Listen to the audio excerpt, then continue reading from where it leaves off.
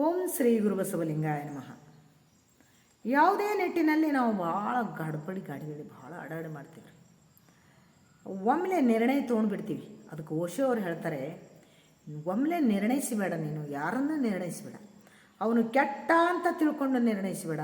ಅವನು ಭಾಳ ಒಳ್ಳೆಯವ, ಅವನಷ್ಟು ಒಳ್ಳೆಯವ ಯಾರೂ ಇಲ್ಲ ಅಂತ ನಿರ್ಣಯಿಸಬೇಡ. ಯಾವುದು ನಿರ್ಣಯ ತಗೋಬೇಡ. ನನ್ನ ಜೀವನ ಭಾಳ ದುಃಖಿ ಅದರಿ ಅನ್ನೋ ನಿರ್ಣಯ ಬೇಡ. ನನ್ನಷ್ಟು ಸುಖಿ ಯಾರೂ ಇಲ್ಲರಿ ಅನ್ನೋಂಥ ನಿರ್ಣಯ ಬೇಡ.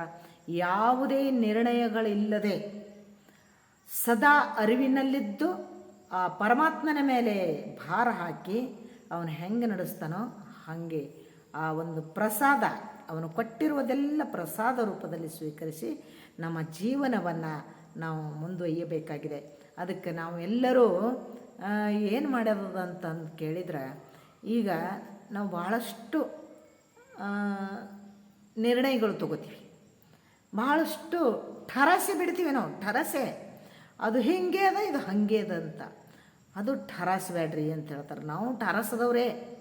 ಆದ್ರೆ ಓಶೋ ಅವರ ಹೇಳಿಕೆಯನ್ನು ಕೇಳಿದಾಗ ಸತ್ಯ ಅನ್ನಿಸ್ತದೆ. ಯಾಕಂತಂದ್ರೆ ಭಾಳ ಚಲೋ ಅಂತ ಅಂದವ್ರು ಕೂಡ ಒಂದು ಸಾರಿ ಕೆಟ್ಟಾಗಿರ್ತಾರೆ ರೀ.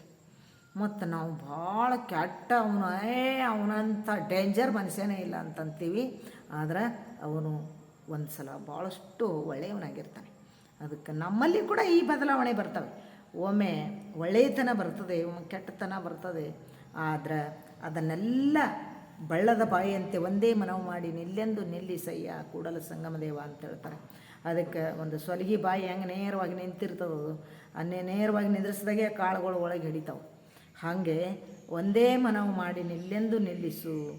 ಈ ಸಂಕಲ್ಪ ವಿಕಲ್ಪಗಳನ್ನು ಮರೆಮಾಡಿ ನಿಶ್ಚಿಂತದ ನಿಜ ನಿವಾಸದಲ್ಲಿ ನನ್ನನ್ನು ನೆಲೆಸುವಂತೆ ಮಾಡು ಅಂತ ಯಾರ ಶರಣರು ದೇವರಿಗೆ ಹೇಳ್ಕೊತಾರೆ.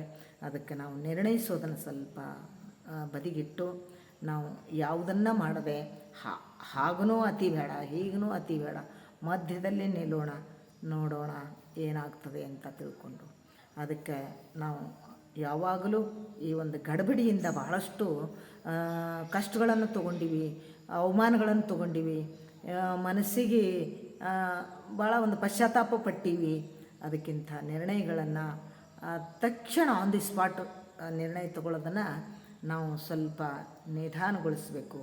ಅದನ್ನು ಚೌಕಶಿ ಮಾಡಿ ನೋಡೋಣ ಏನಾಗ್ತದೆ. ಹಿಂಗೆ ಅಂದನಾ, ಹೌದಾ ಸರಿ, ಯಾರ್ದೋ ಕೇಳಿ ಏನೋ ಅನಿಸಿರ್ತದೋ ಅವನಿಗೆ ಅಂದಿರಬೇಕು, ಹಿಂಗೆ ಮಾಡಿರ್ಬೇಕು. ಅವನಂಥ ಡೇಂಜರ್ ಇಲ್ಲ, ಅವನಂಥ ಕೆಟ್ಟ ಯಾರು ಇಲ್ಲ.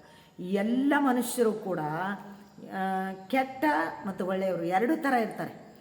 ಒಂದು ಭಾಳ ಗುಡ್ ಮನುಷ್ಯ ಅಂದಾಗ ಅವನು ಒಂದು 90% ಗುಡ್ ಮನುಷ್ಯ ಆದರೂ ಕೂಡ ಒಂದು 10% ಬ್ಯಾಡ್ ಮನುಷ್ಯ ಇರ್ತಾನೆ. ಅದಕ್ಕೆ ಒಂದು ಕೆಟ್ಟ ಮನುಷ್ಯ ಒಂದು ಅರ್ಧ ಕೆಟ್ಟ, ಒಂದು ಅರ್ಧ ಒಳ್ಳೆಯವ ಇರ್ತಾನೆ. ಅವನು ಸುಧಾರಿಸಿಕೊಂಡು ಒಳ್ಳೆಯವನು ಆಗಬಹುದು.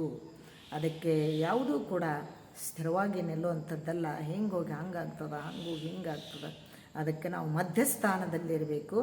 ಮಧ್ಯದ ಒಂದು ಸ್ಥಿತಿಯಲ್ಲಿ ನಾವು ಅತಿಯಾಗದಂತೆ ನಮ್ಮ ಜೀವನ ಪ್ರತಿಪಾದಿಸಿ ನಾವು ಮುಂದೆ ನಡೆಸ್ಕೊಂಡು ಹೋಗಬೇಕು ಅಂತ, ಅದರಲ್ಲಿ ನಮಗೆ ಸುಖ ಶಾಂತಿ ಇದೆ ಅಂತ ಹೇಳ್ತಾ ಕೇಳಿದ್ದಕ್ಕೆ ಧನ್ಯವಾದಗಳು. ಸರ್ವರಿಗೂ ಶರಣು ಶರಣಾರ್ಥಿ.